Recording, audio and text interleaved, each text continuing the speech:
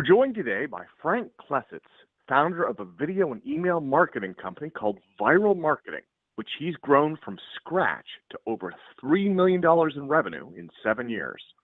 He now runs the company from San Diego with over 60 employees back in his hometown of Omaha, Nebraska. And he was recently featured in the Huffington Post for his innovative, low-cost solutions for team communications. Frank joins us today to discuss his marketing and leadership experience, especially how businesses can use video to increase engagement and sales in today's competitive marketplace. Let's welcome Frank to the call as we join our host, Tim Harris. So Frank, first of all, thanks for being my co-host. And we always like to expose our audience to people that are moving the needle in ways that have proven to work. And that's what viral marketing is all about. And I've researched you. You guys asked us to have you as a guest on the podcast, and we get, I don't know, I mean, our show producer would know better than me, but probably 3 or 4 requests sometimes a day. And I chose yours because I could see that what you were doing was truly innovative. So for that and all the things you're going to share in the next half hour, thanks for being my co-host today. Thanks for having me. All right, so let's just jump in. What does viral marketing do? And we better, first of all, tell them the URL. It's getvyral.com, getvyral.com. So what does viral marketing do? Well, out of college, I was looking to go into real estate, and I attended a class, and they basically said, look, there's 3 things you got to do to get listings. And this is back in 2007, before things got really shiny object with all these different ways to get leads with online stuff. They basically said, look, go pick a farm of town, has a good turnover rate in a convenient area, and you need to go meet homeowners. You need to go, prospect, door knock, go to events, but you need to have some strategy, pick your form of rejection that you can handle, essentially, because it's a direct sales business, and go meet homeowners in a target market or a farm of a turnover area. The reality is when you go out and you tell people you're a real estate agent and whatnot, most people aren't looking to sell their home at that very moment. I think we can all agree. So the goal is to go meet these homeowners and get permission to stay in touch in some way, to communicate with them. And what I was taught is the amount of times you need to communicate with your database, your list, which could not just be homeowners, but it could also be your past clients if you've been selling real estate for a few years, or even your centers of influence that may be able to refer you outside of your farm. You need to stay in touch with them a lot more than what people usually assume. And I was taught, you got to touch your database 33 times a year. Now it's like 36 times a year. And I've seen these really top selling agents, many who have been on your podcast, talk about, I have a 60 touch plan, a year, which is like, to the untrained person, for someone out of college who's never done this, or someone new to real estate, that seems like absurd. It's some absurd level of numbers away that you have to be in front of people.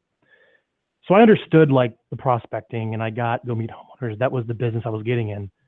But what I didn't understand was, what do I send people to stay in touch? What do I send people, to position myself, this kid at the time, as somebody who could, list their home and sell it and get a pretty sizable commission? And no one really had an answer. It was basically send out junk mail, or send out someone else's canned newsletter content, or slap your photo on something, and here's kind of more or less this dumb excuse to get in front of someone. And I was like, that's not really going to convince somebody to like hire me and pay me, arguably 6% on a listing, I thought. I was like, and plus I didn't have any money. So I didn't really have any money to send direct mail or what they wanted to do. So I had this idea. The flip camera at the time was around. If you guys remember the flip cam, and basically had one button on it, start, stop. Yep. And it was a pretty big deal at the time. It was really easy to take video. This is before video was on, cell phones so nice. And I bought one. And I figured, look, I'm just going to record 2 quick educational video tips, some real estate Q&A, and I'm going to answer it in some 2-3 minute video. Or maybe I could tell stories, or I can like maybe go interview members of the community. I was going to think of myself in many respects as a journalist about what's going on in real estate in the area. And I would publish 2 quick videos a month. And the goal was to get people to follow me on Facebook, get their email address, and I would publish these videos out to my database online. I was like, man, this is great. This is free. Now, it's not. It takes a lot of time. So there's a cost to everything. But essentially at the time, I was like, I don't have to write a check for this because I had time. I had no business. Okay. So that was the idea. Now, basically what happened was, as I was getting my real estate license, I started doing this for an agent whose team I was going to join. She's been selling real estate for some 20 years, I think. And I asked her, hey, what are you doing to stay in touch with your database? I'm going to these classes, and what are you sending out? And she says, nothing. I'm like, what? I was told you're supposed to send something out. So basically what I did is, as I was taking my classes, I had this idea of this 2 video a month system of communicating. I decided to round up her whole database. Hey, give me the emails of all your past clients. Give me all the contact information of your homeowners you're nurturing. Give me the names of all these people. And let's send them like an email, and let's start publishing. Let's start doing it. Let's start actually putting a touch plan in place. And so I just did it for her because I wanted to figure out my own system that I would do for myself as an agent. And she got like all this business. People replied back. The reason being is this is about 2007, 2008. The messaging of all the content was like, if you're distressed, if you need help, if you don't know what to do about real estate, call me. Here's some tips on short sales. Here's even like strategic default. Back in the day, you had that, right? She would start publishing information. All these people would start messaging her. Now, she was a very trained outbound prospector, basically being coached by a company that said, don't do any of this stuff. You need to be on the phones dialing, or I'm not smiling type of a mentality. And I come in and start doing some of this marketing for her, and people start calling her. She's like, this is amazing. I didn't know people call you when you sell real estate. I'm like, yeah, that's what marketing's supposed to do. I mean, that's what I'm taught. So basically where I am today is she started introducing me to her friends, saying, this is my marketing guy, which I really wasn't. I was just an agent on her team, just doing it for her. And people say, can you do this for me too? So this is where we are today at Vyral. We have hundreds of clients.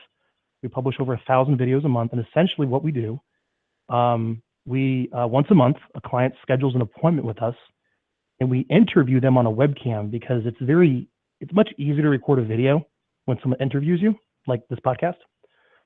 Someone interviews you on a webcam to create 2 short, educational, helpful, the difference between helping and selling is 2 letters, 2 videos a month. And then we do all the editing, optimization, YouTube, email, posting on social media. We turn it into a video postcard. We basically take that video and just distribute it in every possible way possible online, all done for you. So we have the video editors and the writers and the content staff to do it. And we could do it all for a pretty relatively low flat monthly rate to execute. And that's our business. And I've learned a lot about the attract, not chase philosophy by publishing your way into getting the appointment, by educating people online with helpful information so people get to know, like, and trust you. So it's much easier to build a database, a herd of people, a tribe of people that will come to you to list their property, and you don't have to deal with price resistance. There's a whole bunch of benefits this we can go into, as I'm sure you know, and that's the backstory. Is it primarily focused? It sounds like it was your concept, which, I mean, there's a lot of different versions of that. I like what you're doing.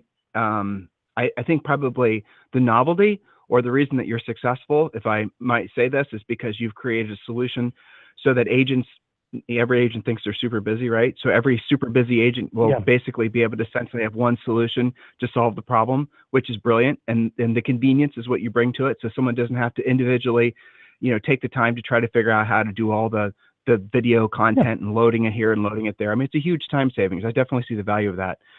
So two questions. First of all, it sounds like this was originally designed, or conceptually it was designed to work your centers of influence and past clients list. And now I'm hearing you say that some of your users are trying to use it to expand their actual, they're using essentially a digital farm. Did I hear you correctly? Yes, 100%. So I would say originally, so someone that has the money to afford us, when you're looking to hire an agency or a marketing firm to do this, you're probably doing some deals. I would argue you should do it before you even do your first deal.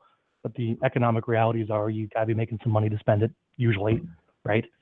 So if someone's doing some business, they probably have the center of influence in the past client list. And that's something that so many people overlook of staying in touch with for business. Sure. Is one of the big secrets in this industry is as you've been in business for a few years, you should have a sizable chunk of business coming from the people that you've met, the people you've done business with, as either as them hiring you again or referring you. And the numbers for people that focus on that is, 10% of your list. So if you have like 300 people or 500 people that I mean, they don't even have to be homeowners. It could be like friends, family, people you went to school with, church, whatever. and your past clients. 10% of the people you have a real relationship with that will answer the phone when you call, and 10% of the people who would call you their real estate agent if they were asked will give you a deal a year. I mean, on a list of 500 people, that's 50 deals, man. And a lot of people overlook that because they're chasing the next hot lead to get that business now, but they're not thinking about the wealth. But to answer your question, when you once you're staying in touch with your sphere and past clients, I'm sure that, you're talking to buyer leads that are getting property updates, and you say, hey, it's great to meet you. I can help you. I also publish this newsletter, let's say the San Diego Real Estate Journal, you can call it. Sure, why not? It's full of helpful information to help you make a great decision in real estate. It also helps you connect with the community. I publish it twice a month. It's a short video. What's your best email address? I would love to stay in touch. And you could run that same script when you're talking to homeowners. And whatever your cup of tea is, how you do it, whether it's calls, door knocking, events, open houses, whatever. When you meet a homeowner in a farm, usually you have a specific area you're going after. So, those with limited resources, you can't farm the whole city. It's very expensive. When you're a real estate agent, you have to attack on a narrow front to go after a specific area. You ask for their email address to stay in touch. You bring those people in the database. So basically, you have this list of all this permission. Stay in touch with them. And the idea behind Vyral is you're like the high-paid cardiothoracic surgeon that comes in once the patient's open and ready to do your thing. You spend 15 minutes doing your thing on the heart, and you're out, which is you recording the video. And you have a whole staff of people preparing you up to that point. Does that make sense? Yeah, you can tell that video call that you're on a podcast. So a couple questions for you. First of all, this is something that listeners I think will benefit hearing. There's been a bunch of different research over the last forever that's been done on how people go about making a decision who they're going to hire to provide a service, or let's just say buy a product, right? And so for the sake of conversation, let's say the product is the services of a real estate professional. So statistically, and these numbers are not right, I'm just guessing, but this is basically how it worked out. Statistically, 50% of everyone essentially uses somebody that they personally know. So listeners, if you had to decide today, you're going to hire a roofer to fix a roof leak, the first place you're going to go is your own Rolodex of who you might know. Something like 50%. Again, the numbers I'm rounding up or down, it doesn't matter, just to make a point. And the second group, if you don't know somebody, don't have somebody in your Rolodex, the second thing that most people do is they'll go ask a trusted friend or advisor. Now, this is the traditional approach that people have used in the past, to go about making determinations who they're going to hire. So they might ask their neighbor, and they might ask, that type of thing. And then statistically, only 10%, and I think the actual number, now I'm thinking back on this, the first time I read this back when I was in college, it was like maybe 14% of people are actually going to respond to an ad. So really, most people are making buying decisions based on who they personally know or a referral from a trusted friend or advisor. Now, listeners, put this in context. What we're talking about, using Harris vernacular here, is we're talking about a spoke. And the spoke is, and what Frank's doing is he's describing to you guys how to really expand your center of influence and past client spoke.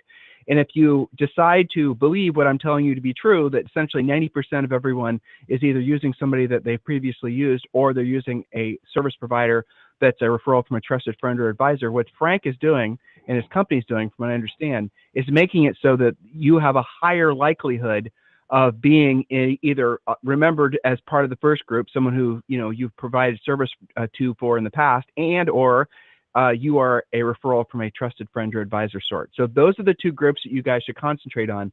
This is the reason, as a rule, that general marketing and advertising has such a dubious return on investment compared to drilling down to those with those two groups. And obviously, prospecting, calling, in addition to some of the digital things he's talking about, does nothing other than enhance what you're talking about. And then, other spokes you can talk about. Well, Frank and I won't talk about it today, but you listeners, that we're big advocates of definitely chasing the expireds, the for sale by owners, anybody who already has their hand in the air saying, yes, I want to buy or sell real estate. Generally speaking, those people are going to be able to do business with you quicker. So those of you who are just tuning in to us for the first time, and I know a lot of you guys, podcast gorged and you listen to a whole bunch. What we're focusing on is how to enhance what probably most of you are really lame at, which is your centers of influence and past client marketing. And this applies to all business owners, Frank. I mean, we have 120, I didn't look today, 26,000 listeners yesterday on a regular basis. And most of them are real estate people, but a lot of them are just general, business owners, entrepreneurs. And this concept applies to all of them, correct? Oh, absolutely. I would say this applies to the entrepreneur in professional services. So the type of real estate agent who will get themselves on camera and basically send a video to everyone they know is a very entrepreneurial individual, in my opinion. So the same concept applies to a chiropractor or a recruiter. Yep. Yeah, I agree. Well, you're open to new ideas. Can we talk about the video? Sure. Can we talk about the video? Yeah, sure. So that's what I promise you. I'm guessing that is the biggest concern. Most agents will get your concept right away, love it, no problems with it whatsoever. And next thing, you probably start seeing beads of sweat form on their foreheads as they're having to think about doing some sort of production quality video. So can you walk them through how you guys help them do that and what exactly is, what that process is? 100%. I'll cover three things really quick. I want to cover the mindset. I want to cover the topics, and let's cover a little bit about how to shoot one that looks really good for really cheap. When it comes to mindset, basically what I challenge our listeners to do is if they are hungry and they want to grow and they want to make more money, you have to do the things that people that make a lot of money do, right? So you write down your income. I want to make 50,000. I want to make 100,000. I want to make 500,000. I want to make $1 million, right? And what you find is as you move up the pay grade, you have to become a better communicator. So for most people getting into real estate, they're scared to death of just picking up the phone because they never really had to communicate as like an employee on the corporate structure really with that at a high level. So now you get into real estate and now you have to go out and kind of sell yourself, which is a whole level of communication. And then you're like, man, maybe I should hold a workshop where you go from one-to-one communication to one-to-many where you speak in a small group, or maybe you have to lead your team in a team training, and that scares you, right? Anyways, the point is you start moving up the communication ladder to really using media to communicate, which is radio, print, TV, whatever, where you're talking to one-to-many, many, as opposed to one-to-one. So I challenge anybody who wants to get better and wants to earn more is you have to become a better communicator. Now, what do people that make good money and do well is they communicate. And one of those ways is by getting on video and communicating. It's really a personal growth challenge. So let's say you're up for that challenge. You're like, you know what? I want to make a lot of money. I want to be very successful. People that are successful make a lot of money are great communicators. I have to get over my fear, and that's going to challenge me to get on video and do well. Next is you have to think about what to say. What do I even talk about in these videos? Well, let me give you a couple ideas. First is you always want to create content that there's existing demand for. You just don't want to create content for the sake of you think it's good, and then nobody wants it. You always want, it's kind of like never start a business unless someone asks you, or else, so you actually know there's a market. So what I'm getting at is when you're on the phones or you're out and about talking to people about real estate, you do become more vigilant and more aware of the questions people are asking you. And it's going to be natural that you're not going to listen to the questions, but you have to listen to the questions. Let me give you an example of a topic. Hey everyone, this is Frank Klesitz here with my San Diego real estate blog. And I was out with a buyer the other day in a very hyper-competitive market of San Diego. Like a home gets on the market here and basically sells in 5 minutes with like 20 offers. And the buyer asked me, how do I get preferential treatment when I submit my offer? And more specifically, should I write a personal letter to the seller? And this is a very interesting question I got from one of my clients. And I wanted to share the answer with you today, but I also share with one of my clients. And here's my answer and my thoughts on if it's appropriate or not and how to use a personal letter submitted with your offer. How great is that? Right? Yeah, no, I'm listening. So you have me on my, yeah, but let's hear it, Frank. Spill the beans. So what did you tell him to say? Because that is a very common question.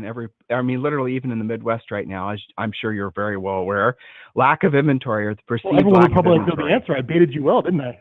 Right? Well, here's the deal. Well, the let's answer see. can be really whatever you want. But that's a letdown. As far as the answer is concerned, well, I know you'd love to know the answer, but here's the deal: you have to kind of come up with the answer of what you want, and you can go online. And I promise you, this has already been answered before by somebody. So do a little research.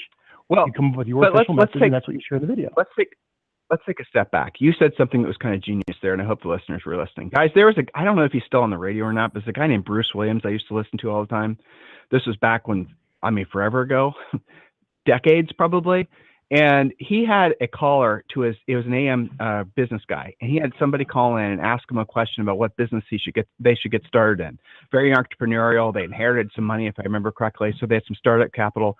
And he, on the radio, Bruce said, "Go get your yellow pages." And the guy, you could hear, was shuffling around. This is back before the internet, so you listen to AM radio. And he said, "I want you to flip through the yellow pages, and I want you to tell me, using just the yellow pages, what business you think you should get into just by using the yellow pages as your research tool." So this guy took a little bit longer than, Bruce wanted to wait. So he ended up saying, "So what are you looking for?" And he goes, "I'm looking for the section that has the least amount of competing businesses." And Bruce said, "That's the wrong answer."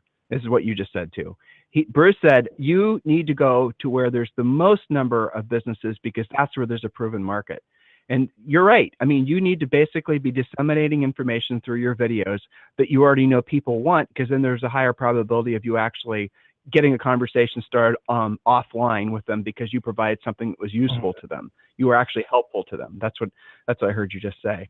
So what other, I'm just curious for folks that want to jump. Well, we have a lot of people that are very, successful and proactive, and they're going to be looking for more concepts, and maybe they don't want to take the time to research. What are the other popular topics? Because you guys send these videos, and what people are opening and listening. I'll give you two more. So the first one is just be more vigilant of the existing demand of paying customers what they ask you. You can't get any better than that, because you can tell the story behind the question, and it positions you as this expert of hey, here's this client of mine, I had this expertise, here's what I answered. That's step number one. Step number two, another option for some ideas, a memory jogger, is there's no lack of companies publishing information online. And the reality is, let's all be real, what you publish has probably already been said by somebody else, but that's not the point. The point is that you say it for your audience and people get to know you in the video. So you can go on HGTV's YouTube channel. You can go on HowStuffWorks.YouTube channel. You could literally go to any YouTube channel that has anything to do with real estate. And then if you sort the videos by most views, you will literally see which topics had the most demand for the topic. And at the very top of those videos, you'll see these are the most popular topics from someone else who's publishing information in my space. Use those topics. There you go. You could also go to Google Trends. You could use Google Trends to see what maybe is working on a micro level in your particular market. I learned this from Tim Ferriss when Julie and I were working on the cover of the name of our book. We basically would run pay-per-click ads to see what would get the most clicks. So we came up with Harris Rules, your step-by-step guide to, I don't even remember the subtitle now, but that's the gist of it. And we tested it to see what people would actually react to. So that's actually saving a lot of time, because I can see I think I know where you're going with this. You want people to have success right away creating these videos, obviously. And the best way to do that is just walk in disseminate information that people already want. But let's talk about the meat and potatoes of making these videos, because isn't that really, I have to think in your business working with new clients, isn't that the biggest obstacle to making the first couple videos? They're nervous about that. How do you get them to move past that feeling? So you first have to get someone to overcome the fear and the anxiety of growth to become a better communicator, which is what I want you to use on video, right? Second, you got to give them something to say and outline something. So okay, I could talk about that. So there's some confidence there about a topic. We discussed some of those ideas. Now it comes down to actually recording the video. Now, what most people tend to do is they'll go out and they get freaked out by just sitting in front of the camera by themselves and having to look in the lens and speak. And that is very hard.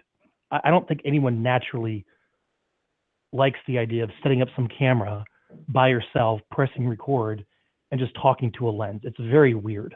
You have to get used to that.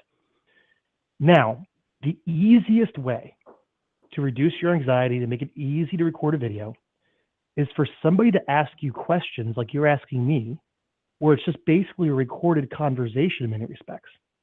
So having someone interview you to record the video makes it so much easier. So here's what we do. We ship our clients a webcam, specifically the Logitech C920-920 webcam. It's an incredible camera, and the technology is only getting better. I think it costs maybe $60 or $70 on Amazon. All right. If you have your lighting halfway decent, it looks gorgeous. There's nothing wrong with the webcam. You look great. So what we do is you actually fire up your recording software on your computer, and the file is recorded right to your hard drive, so it's full 1080p, lossless, beautiful video. It's not like recorded over the internet. And then what we do is we launch a screen share session so we can see you on camera. And then we coach you over the phone and ask you questions that you answer on the webcam. Does that make sense? So we can see your I love it. It's a great idea. We can see how you're positioned on camera. Yep. And we're asking you questions, and you just talk for 5, 10, 15 minutes, whatever. And we edit ourselves out, and we edit you down into a cohesive video. How easy is that? So how drilled down do you suggest agents? Because I again, thinking through in my head, you must have a lot of agents that would rather go big topic in general opposed to granular and like their individual market focus. Do you find that the nature of the content that they're presenting makes a difference in the response that they get? It does. So one of the questions we get all the time is segmentation. Should I have videos for buyers, videos for sellers? Should I have videos for this zip code and that zip code? And the marketing purist in me is like, yes, you want to have this amazing market to message match. But then you have the realist. And the realist is that you don't have the resources to segment 20 segments of your list with 20 different messages. It just ain't going to happen. So what we recommend is like this fail-safe, basic bottom layer, long-term nurture campaign. That's what this would technically be called, a long-term nurture campaign of 2 general interest videos going to everyone you ever met, ever, out.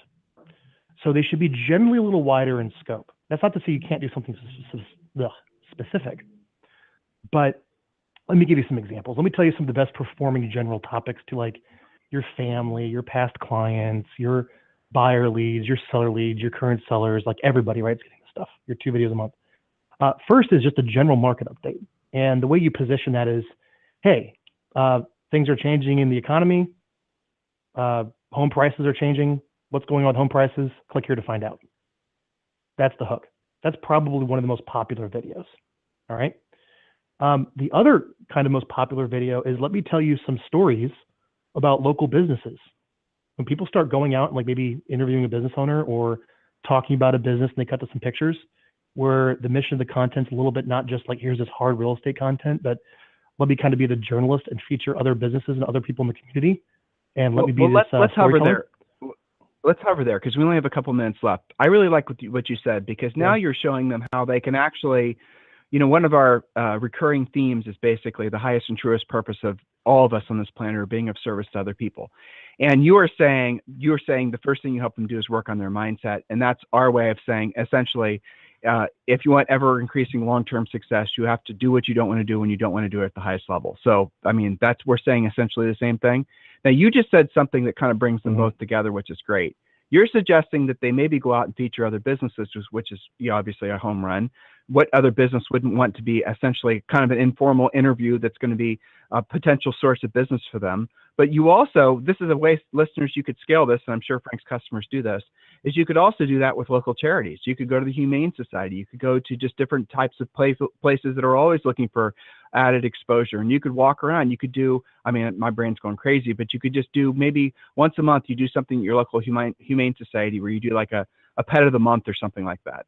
Something that's going to make it so that they see that you're not just a taker, but you're contributing and you are of service to them, because that's going to definitely vibe with, everyone's going to relate to someone who's trying to make a positive contribution to the community. You could hypothetically, listeners, if you're in a community that has, and who doesn't, have a lot of, families with kids and whatnot, you could start having something that's going to be related to the local school system, or maybe interviewing, a teacher of the week, things like that. And I'm sure, Frank, you also want them to maybe bring in people that they're featuring on these videos that might be good contributors to maybe sharing that interview with their list as well, thus expanding their reach, because like you are going to share this podcast with your subscribers, same concept. Oh, absolutely. That's where co-marketing comes in and meeting other business owners. Let me give the audience real quick one third one. Tell the stories about homes that didn't sell and how you sold them. Great topic. Hey, this home sat on the market for a year. We did this little thing and sold it, and watch this video to turn out how it happened. Something like that. like a little case Yeah, study. I love it. Of how you got a result for somebody. Yep. So in the remaining time, you give them the URL, how they can get in contact with you. Can you give them a basic idea of what your entry-level pricing costs, just so absolutely. they can be a little bit more motivated? Because I think they're going to be surprised that you're really, I'm on your website now, and it's really not that expensive. No, we're a professional service, so you are hiring people. It is a staff hire. We are not software. It's not digital. Okay? We're yeah. people. No, Right. It's all humans. You're hiring us to execute the marketing. So our fee is $2,000 one time to build what you need, and then only $550 a month. And that includes the email credits, includes everything to get the industry's best, in my opinion, database touch plan that really brings more value and videos where people get to spend time with you. And we also offer a 30-day money-back guarantee. So if you're concerned about maybe how you look on the camera or you have some anxiety, this is for you. Work with us. Make it easy. If you don't like it, we'll get all your money back. All right. You can go to getvyral.com. Go ahead.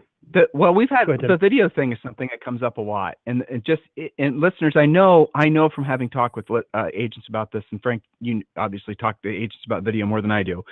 But they're all that's the first thought is, what am I going to look like on camera? Guys, there's so many ways you can make it easier on yourself. The interview thing that he just mentioned was a great one.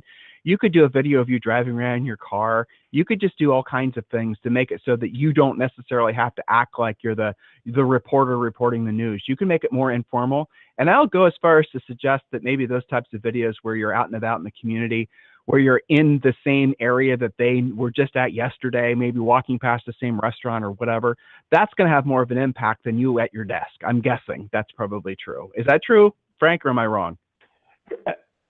Yes, over time, yes, but you have to build your way up to that skill. That would be like saying you're running a sales team of agents working for you or something more. But yeah, you have to work your way up. I totally get it. Yep, that makes sense. You're right, because that being more informal at the same time disseminating really good information, that is a skill set that does take time. It's not you have to use the camera out and about in different lighting situations and stuff like that too. Got it. All right. So listen, listeners, there you go. We're trying to bring ideas to you that will help enhance what you're doing as far as, in this particular case, servicing your centers of influence and past clients.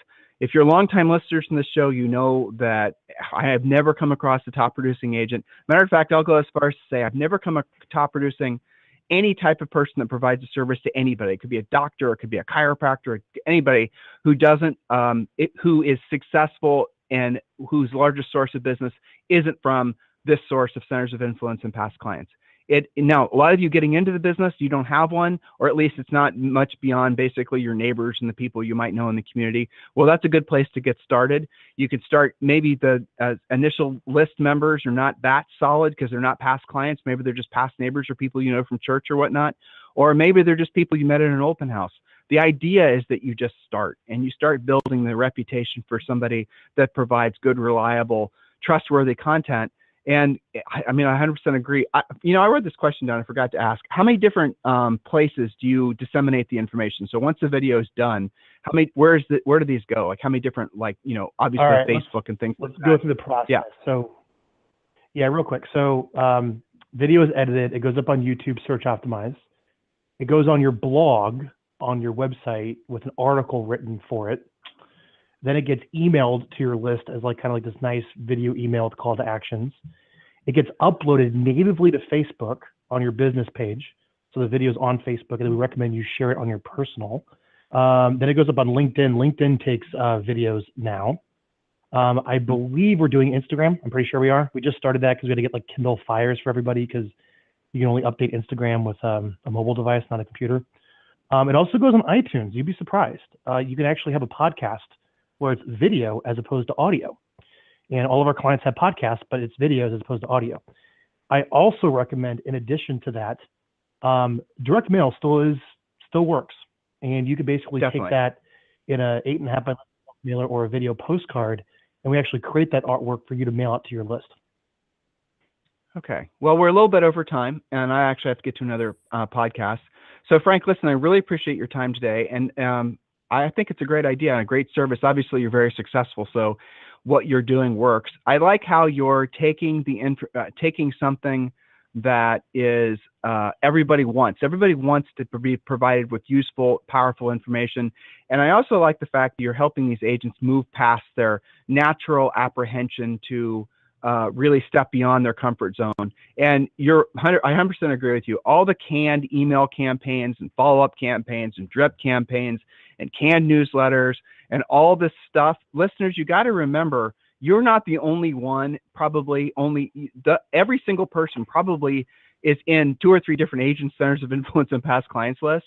And so if you really want to stand out beyond what everyone else is doing, you're going to have to be clever. You're going to have to work harder. You're going to have to work smarter, and you're going to have to provide something to folks that they're actually going to want to listen to, read, something they're going to want to pay attention to. And that way you stay in those first 2 groups where, you will get the referral or you'll get the direct call. So Frank, listen, I appreciate the contribution you're making to the industry, and very clever business idea. I love it. I love the simplicity of it. It's very elegant, which I always like businesses like that. And so Frank, thank you very much for being my co-host today. And listeners, if you want to get hold of Frank, the URL, the website is, Frank? Get Vyral, VYRAL.com.